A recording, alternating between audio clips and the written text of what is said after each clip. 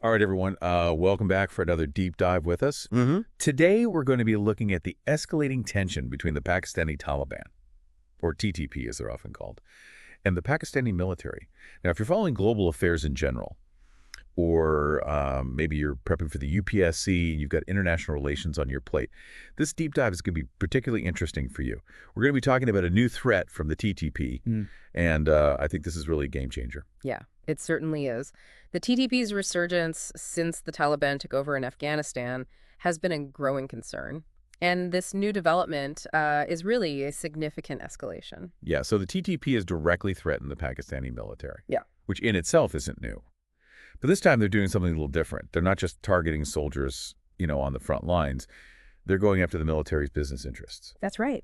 And this is a major development. Just think about the implications. They've explicitly named companies like National Logistics Cell, Yeah. Frontier Works Organization, Fauji Fertilizer Company, military-run housing authorities, banks. These are major players in the Pakistani economy. Yeah, these are not, small and significant ventures.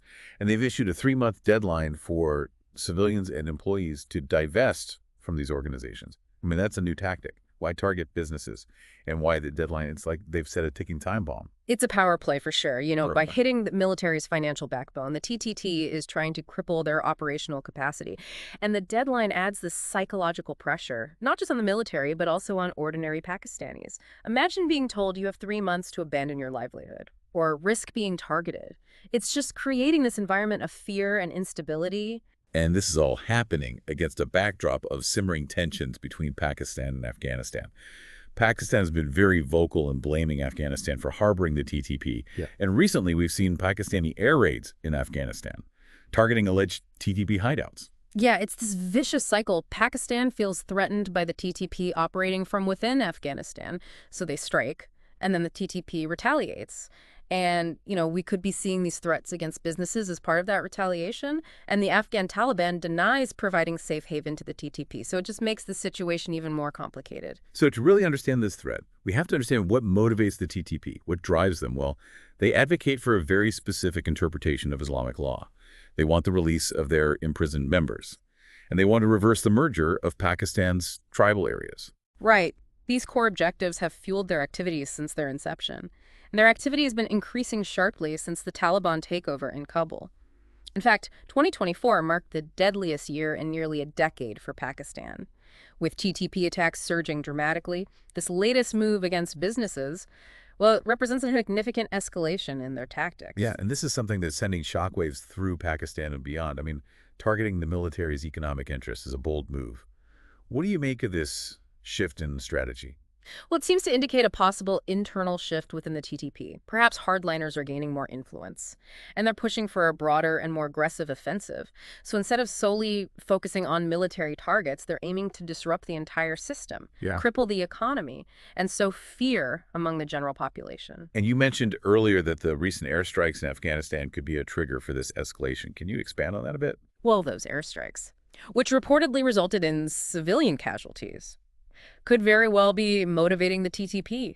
They might be using this to justify their actions, portraying themselves as defenders of the people against Pakistani aggression. It's a dangerous narrative, but one that could resonate with some segments of the population. And they're not just lashing out randomly. It seems they're really deliberately exploiting existing political divisions within Pakistan. Exactly. Pakistan's internal political landscape is very volatile right now. The opposition party, PTI, has been campaigning for a boycott of military-run businesses. They're fueled by accusations of corruption and overreach against the military and the jailed former Prime Minister Imran Khan.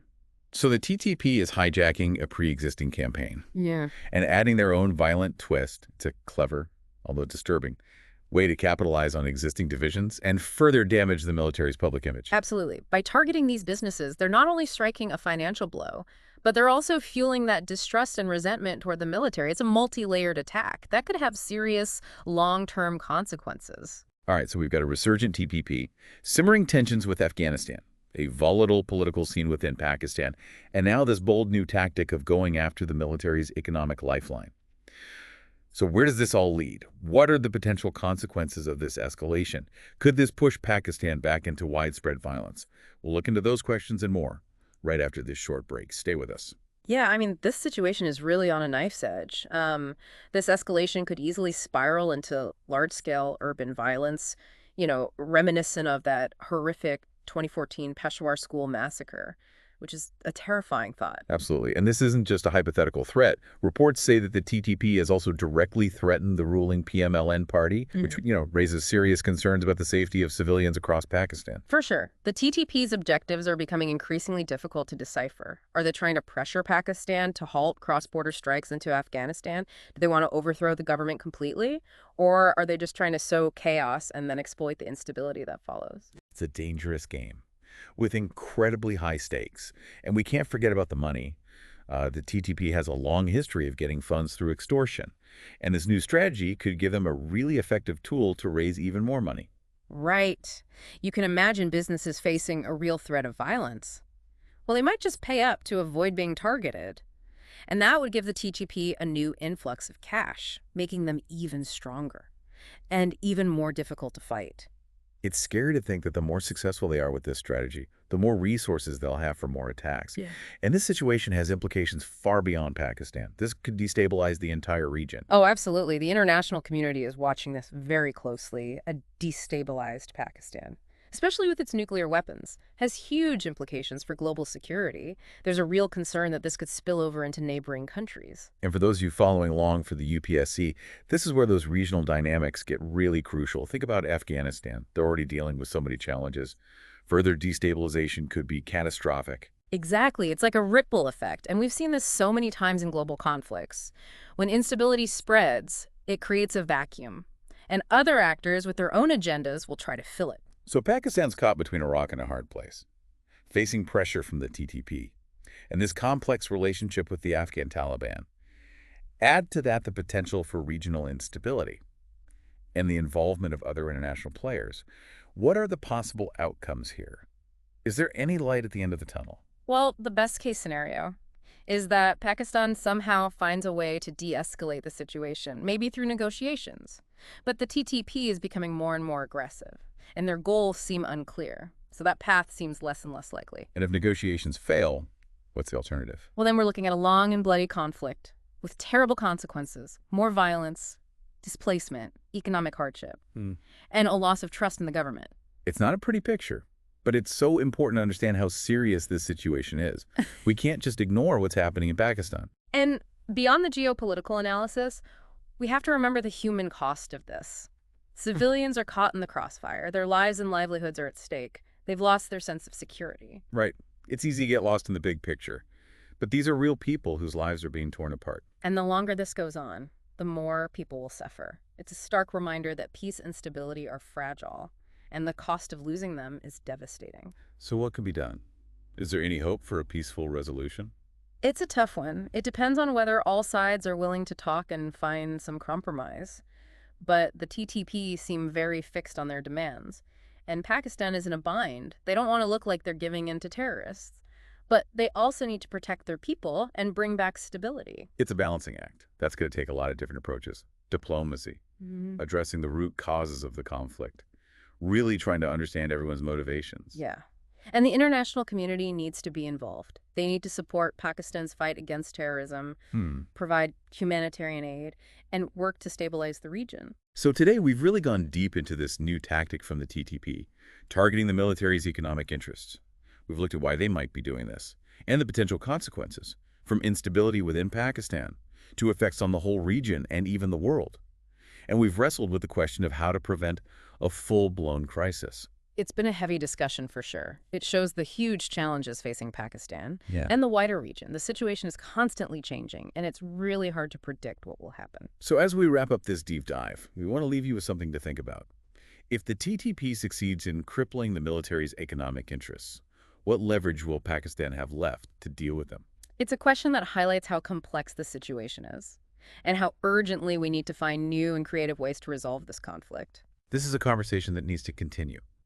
This is a situation that deserves our attention and our understanding. And for all of you out there, especially those preparing for the UPSC exams, we encourage you to go deeper, do your research, form your own opinions. What's happening in Pakistan isn't some far-off event. It reflects the global challenges we all face. And understanding it is key to understanding international relations. Yeah. It's a reminder that what we talk about here, it has a real human cost. But even though things look bleak, I think there's hope in understanding these complexities and in having these discussions. I agree. Knowledge is power. Especially when we face such tough global events, the more we know, the better we can analyze the situation, talk about it, and hopefully find solutions. Exactly. And for our listeners, especially those studying hard for the UPSC, think about this. The TTP strategy, their goals, it's a case study in itself. How does ideology play into economic warfare? How do internal politics create weaknesses? These are important questions. And don't stop there. Think about the regional implications. How might this affect India's security? What can the international community do to reduce the risks? There's so much to learn. So to everyone listening, we hope this deep dive has been insightful, maybe even made you a bit uncomfortable. But remember, awareness is the first step. It leads to understanding and then to action. Who knows? Maybe one of you listening right now will be the one to figure this out, to find a way to peace and stability in this troubled region. That's a challenge worth taking on. And if you found this deep dive helpful, please hit that like button, subscribe to our channel, and share it with anyone who's interested in global affairs, especially those tackling the UPSC.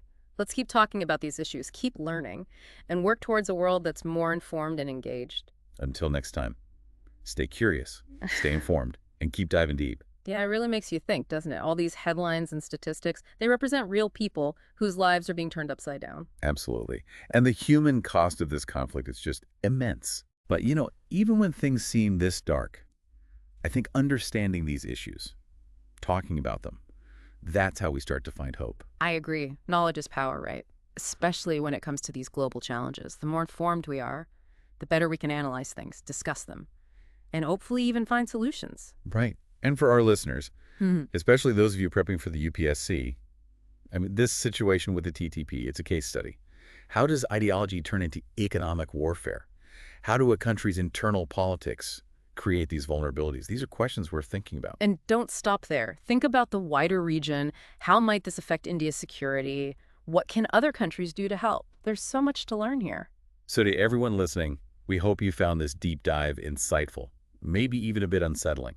But remember, awareness is the first step, and then understanding, and then action. Who knows?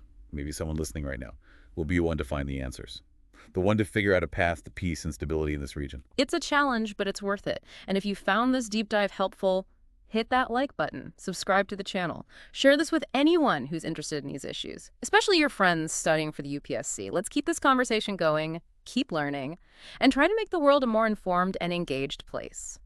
Until next time, stay curious, stay informed, and keep diving deep.